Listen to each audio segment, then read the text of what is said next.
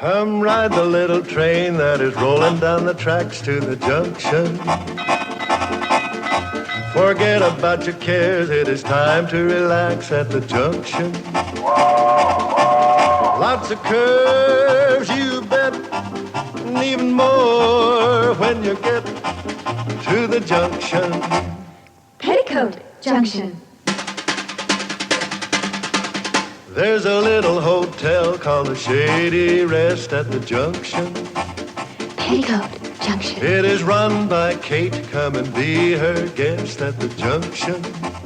Petticoat Junction. And that's Uncle Joe. He's a moving kind of slow at the junction.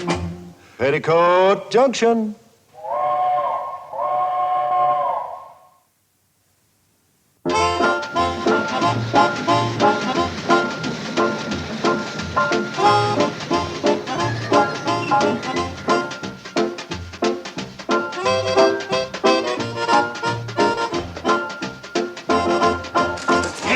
I got great news.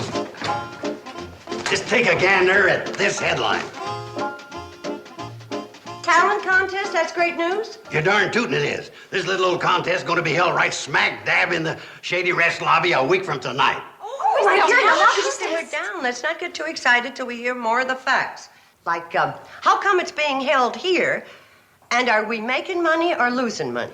Well, it's being held here because I ran into the fellow that's putting on the contest. I sold him a bill of goods on using the hotel instead of the town hall. Yeah, well, that takes care of the how come part. Now, how about the money part?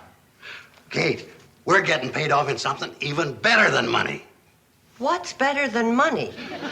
Publicity. People will be buying meals and renting rooms and spending all kinds of money. Well, maybe so. Well, we're stuck with it anyway.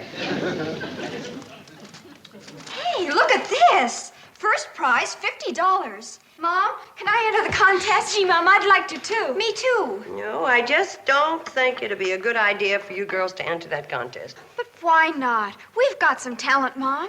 Sure you have. How could you be related to me and not be talented? That would be astonishing, wouldn't it? All you gotta do when you get out there, just remember you're carrying on the tradition of Joseph P. Carson, the Yankee Doodle Dandy. Didn't they call George M. Cohan the Yankee Doodle Dandy? Yeah, him too now and then. Hey, why don't you let the girls have a try at it? Look, Mr. Show Business, I'm not saying the girls don't have talent. I'm just saying I don't want them in that contest. One of them might win. That means the other two have to lose. And I can't think of a better way to create hard feelings in a family. But, Mom, we don't care about winning. Of course not. We just want the fun of being in the contest. Yeah, Kate, do you want to frustrate him? Oh, come on, Mom. We wouldn't have a chance of winning anyway. That's right. Charlie and Floyd are bound to get into the contest. And you know how terrific they are at entertaining, how popular they are with everybody. That's true. Floyd and Charlie would be hard to beat. And another one who's a cinch to beat us out is Tad Whipple. Remember how the audience went wild over his singing at the PTA meeting? Yeah. Tad might run away with it at that. Hey, what about Mabel Snark? Oh, she's sure to be in the contest. And she won first prize in yodeling at the county fair last year. Yeah, there'll be a lot of people in that contest hard to beat. Oh, what do you say, Mom? Let us enter just for the fun of it.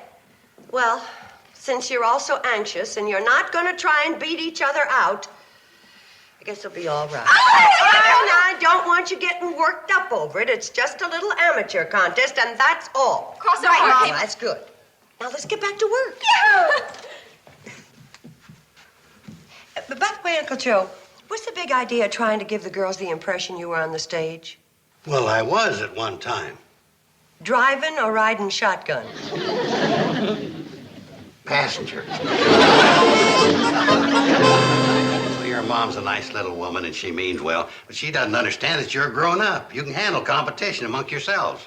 Of course we can. And you know, Mom did treat us like little children, didn't she? Yes, though we're still little kids who squabble at the drop of a hat. Yeah, this here's a great chance for you to prove to her that you're mature and can handle victory or defeat. You're right, Uncle Joe. Yeah, you bet that $50 first prize I'm right. You know, Mom could sure use that $50 right now. Yeah, I just see how proud she'd be if one of you came up and handed her that first prize money. The other two standing off there smiling in gracious defeat. But, Uncle Joe, even if we did work hard and rehearse and knock our brains out to win, what about Charlie and Floyd and Tad Whipple and Mabel Snark? Well, I wouldn't worry about them. I got inside information they may not even enter the contest. No, No kidding, Uncle Joe. Hey, girls, that means it's wide open. Well, what do you say? Should we really go after that first prize? With everything we've got. And who knows? Maybe one of us will get to go to Chicago and be on TV. Well, that reminds me, girls. If the winner's underage, he or she gets to take an adult companion to Chicago with them. Oh, wouldn't Mom love Chicago? Oh, yes. Oh, I don't think your mother likes Chicago. You know, eating in strange places, wind blowing her hair all over the place. Oh, Uncle Joe, come on. She'd have a ball. Yeah, that's right. After 2 days there, she'd bawl her eyes out. You'd best take somebody along that can manage your career in case you win in the finals. Somebody with a show business background. That sounds like you, Uncle Joe. Me? Mm-hmm. Yeah, it does, don't it? Well, maybe one of you wins, I'll consider going back with you. Thanks, Uncle Joe. Mwah. You're great. Come on, kids, let's get started rehearsing.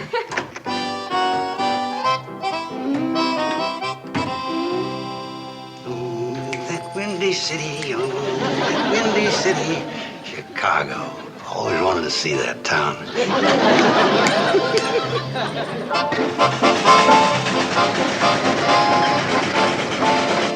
Well, Joe, just what kind of a favor do you want from Floyd and me? Favor? What makes you think I want a favor? Number one, you never rode up in front before. And number two, the first time you ever brung us any food. And number three, you're being uncommon pleasant.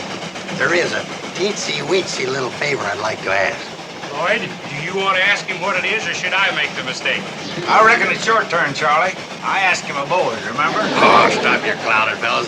I just wanted to ask you not to enter that talent contest. That's all. Why shouldn't we be in it? Yeah, we're fixing to win that $50 first prize. Not if you're friends of Kate's, you won't. How's that? Well, Kate's girls are entering the contest, and I'm not sure how she'd take it if one of them didn't win. You mean Kate don't want us to compete against the girls? Well, she'd never admit it. I thought it was my duty to tell you. Personally, I don't care who wins the contest. Well, if Kate don't want us in that contest, we sure enough won't enter, will we? No, we sure won't. Here, have another sandwich.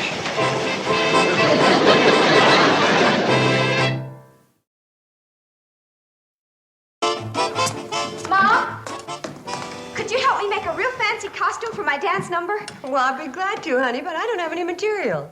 Oh, I just happen to have a few hundred yards. I need a costume for the contest, too. Well, I don't think I'd have time to make costumes for both of you. Wait a minute, I'm in that contest too, and I haven't got a thing to wear. I asked first. I'm the oldest. Yeah, but what counts is who needs a Come commode. on, Mom. Wait a minute, Mom. Simmer down. There's only one way to settle this. It's all yours. Oh, good. Hey, wait a minute. I said we're going to do this by age. I'm the oldest. Here you are, Mom. Yes, sir, Mrs. Whipple. Yes, sir. Your boy Tad's a sizzling cinch to run away with that contest. It sure pleased me to see him win. That poor boy works so hard around here, helped me with everything. He deserves a chance to show off his singing now and then. I'm real glad to hear that. For a while there, some of us were worried for fear you weren't going to let him enter. Well, so long, Mrs. Whipple. Tad. Wait a minute. Why is you afraid I might not let him enter? Oh, it was nothing. Just some of the folks around here got some silly notions about Tad. Didn't amount to anything. See you later, boy, at the contest. Hold on. What kind of silly notions? Well, it's the general opinion around here that Tad's starting to get the swell head. Once he wins this contest and goes on to Chicago, he'll never come back. Not come back? Why wouldn't he? Well, everybody knows he'll win the Chicago contest, too. And from there, it's on to Hollywood for your little boy. Hollywood? And it's the same old story, fame, fortune, forgetting your family, your friends. Well, it didn't cross my mind that... Once you're out there, it's one Hollywood party after another. No more letter writing, no more phoning, no more nothing. Oh, my little Tad. Now, don't carry on, Mrs. Whipple. Maybe you can keep track of him by reading them movie magazines, finding out which Hollywood parties he's been going to. Tad Whipple? Yeah, Ma? You hear me good. You ain't gonna enter that talent contest. Well, why not? Because I said so, that's why. And you get rid of that swell head of yours before I take a switch to you. But now, be quiet and get back to milking your cow. I'd watch him, Mrs. Whipple. That boy has a wild look in his eye. Surely, said I. Surely that is something at my window lattice. Oh, let my heart be still a moment and this mystery explore. It is the wind. Mother, what are you doing? I'm rehearsing. That's just what your sisters would like to do, too. They can have it tonight. When? Like we got it last night at 11 o'clock? Mom, make her take that spooky record off there, will you? So you can put that silly dance record of yours on there. Oh, no, my record's going on next. Girls!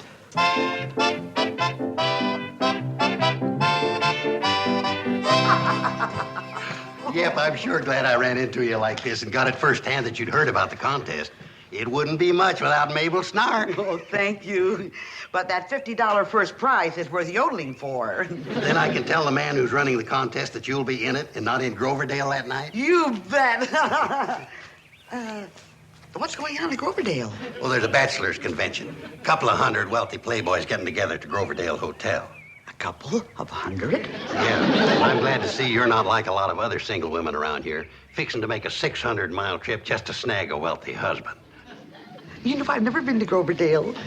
Is that all it is, really? Just 600 miles? Yeah.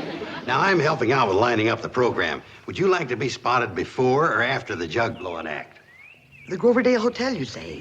Huh? Oh, yeah. Now, I figure the best spot's before. You see, when you... Forget it. The best spot's Groverdale. And you mean you ain't going to be in the contest? Oh, I'm going to be in the contest, all right. The one in Groverdale.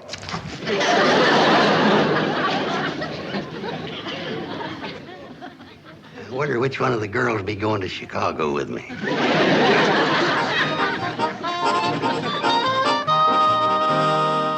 She's finished, Kate. That's a fine-looking little stage. You did a good job. Well, thanks, Kate.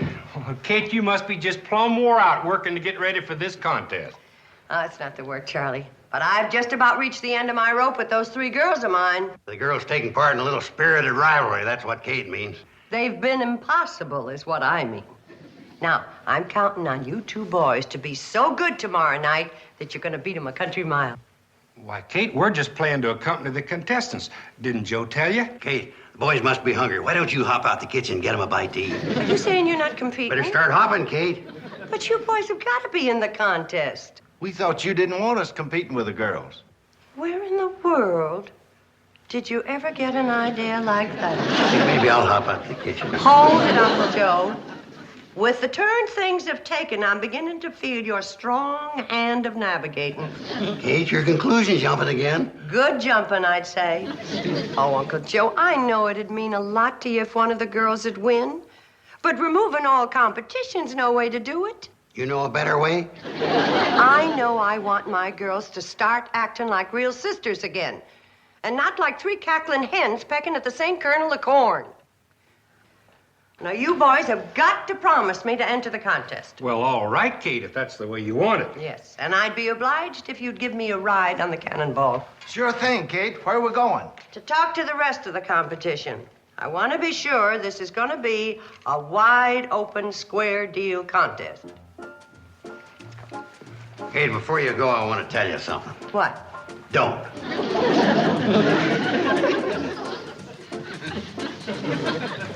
Sometimes our idea of honesty and fair play is downright sickening.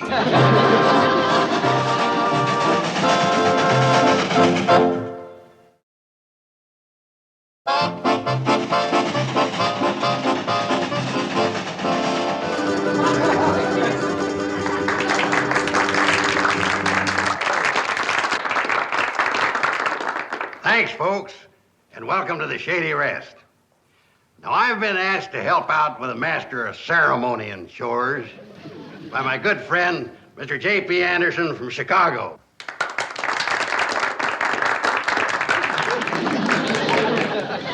Now, the first act on the program is Leota Linkwhip and her musical jugs. Let's give the little lady a great big hand.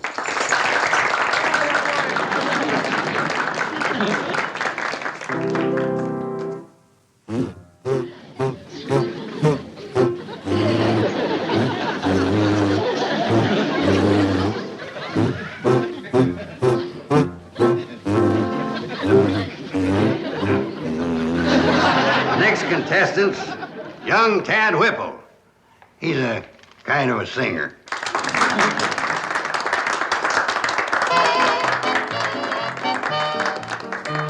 Do the best you can, Tad, my boy.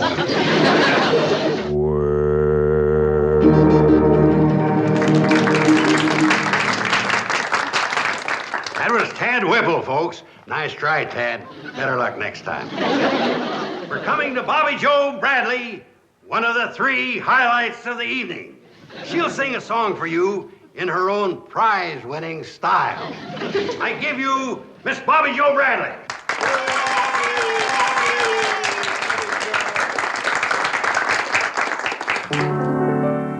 I love those 3 little words. Oh, what I'd give for that wonderful phrase.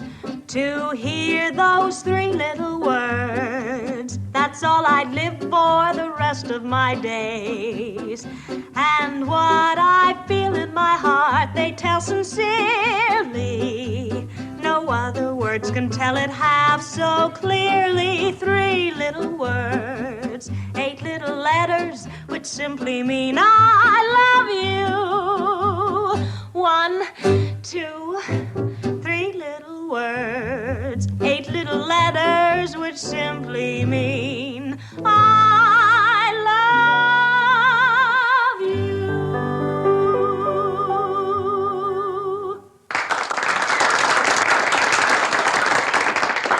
That was Miss Bobby Joe Bradley, folks.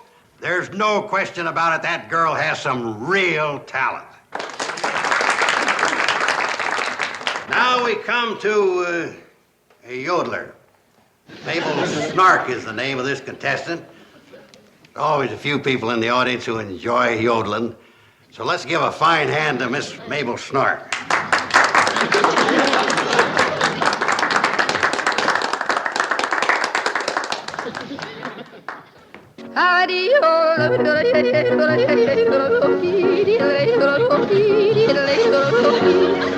Now next, friends, we present the blonde bombshell of the Shady Rest doing her condensed but exciting version of Edgar Allan Poe's The Raven. Miss Billie Joe Bradley.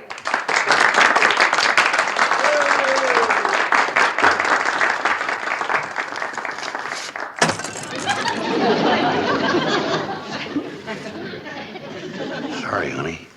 What am I going to do now, Uncle Joe? I can't perform without my music and my sound effects. Kate and Floyd and Charlie can play the music for you. And Floyd's pretty good with sound effects. I'll have him put in a few. Okay, Uncle Joe, I'll try. Okay, folks, we have a technical problem. We'll have it fixed in just a second.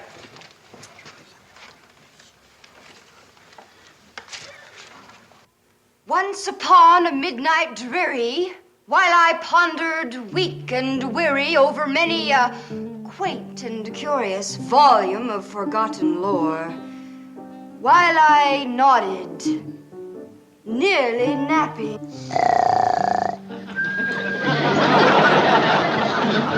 suddenly there came a tapping.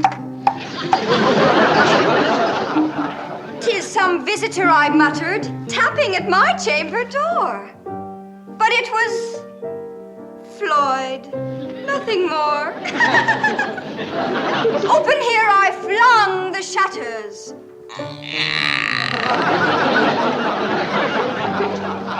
But it was Floyd, nothing more. Quoth the raven, nevermore.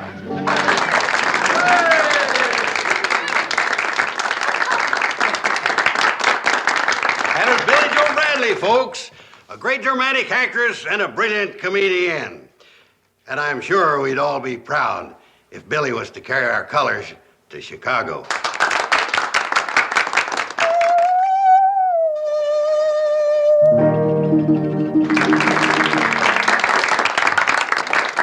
Thank you. That was Burson Treadwell and his singing saw. Personally, I like real singing myself. Now it's my pleasure to introduce that gifted and talented other Bradley sister, Miss Betty Jo Bradley.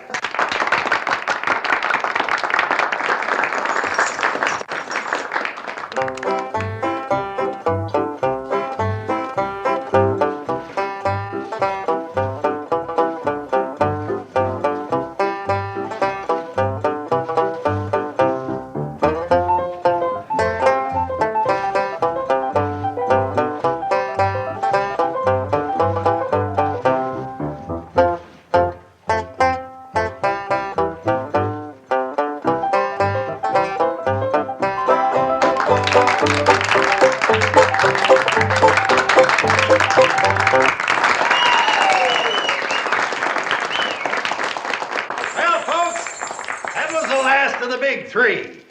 Now we have, oh yeah, a couple of swell guys we'd all like, even if they didn't run the only train between Hooterville and Pixley. Charlie Pratt and Floyd Smoot.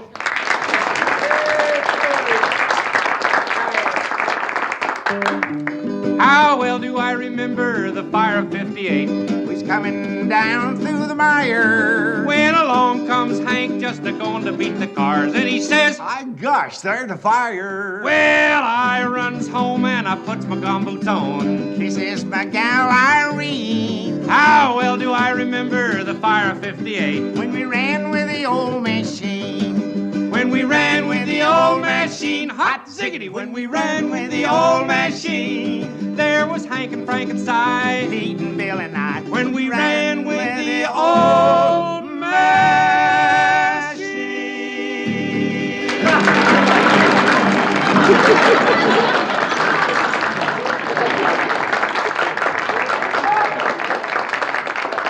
Well, folks, that was the last act of the evening.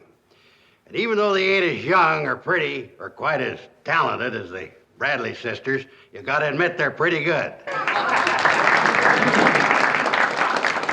Now, folks, there'll be a short intermission and then the judging.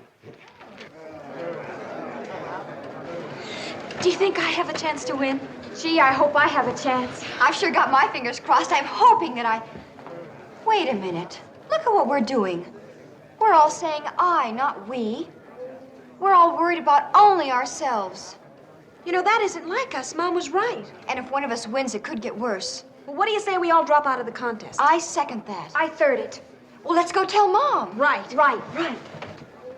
Mom, We've decided we don't want to be included in the judging. Oh, but you all did so well. Any one of you could win. Well, that's just it, Mom. We don't want any one of us to win. and we don't want any one of us to go to Chicago either. We figure maybe we'll all get to visit there one of these days together. Girls, What?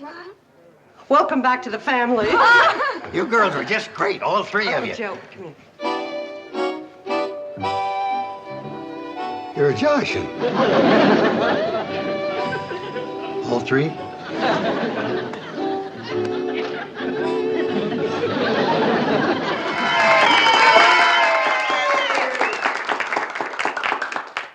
Now, judging from your applause, the winner is Tad Whipple.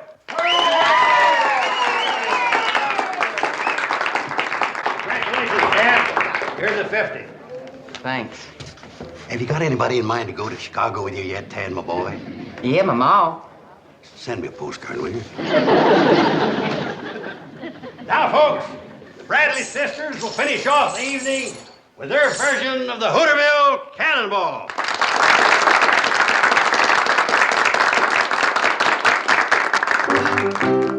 There's a train that runs through this wide valley that is loved by one and all.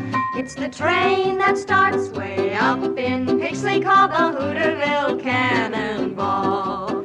Well, she makes her run through the dead of winter, through the summer, spring, and fall. Neither cold nor heat nor flood can stop her. She's the Hooterville Cannonball. Whoa!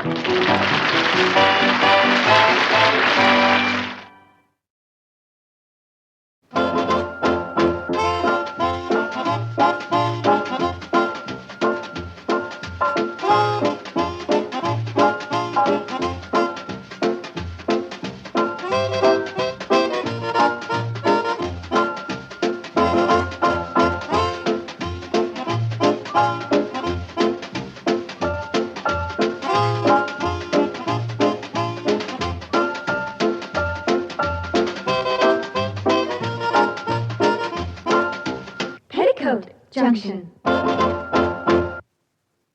This has been a Filmways presentation.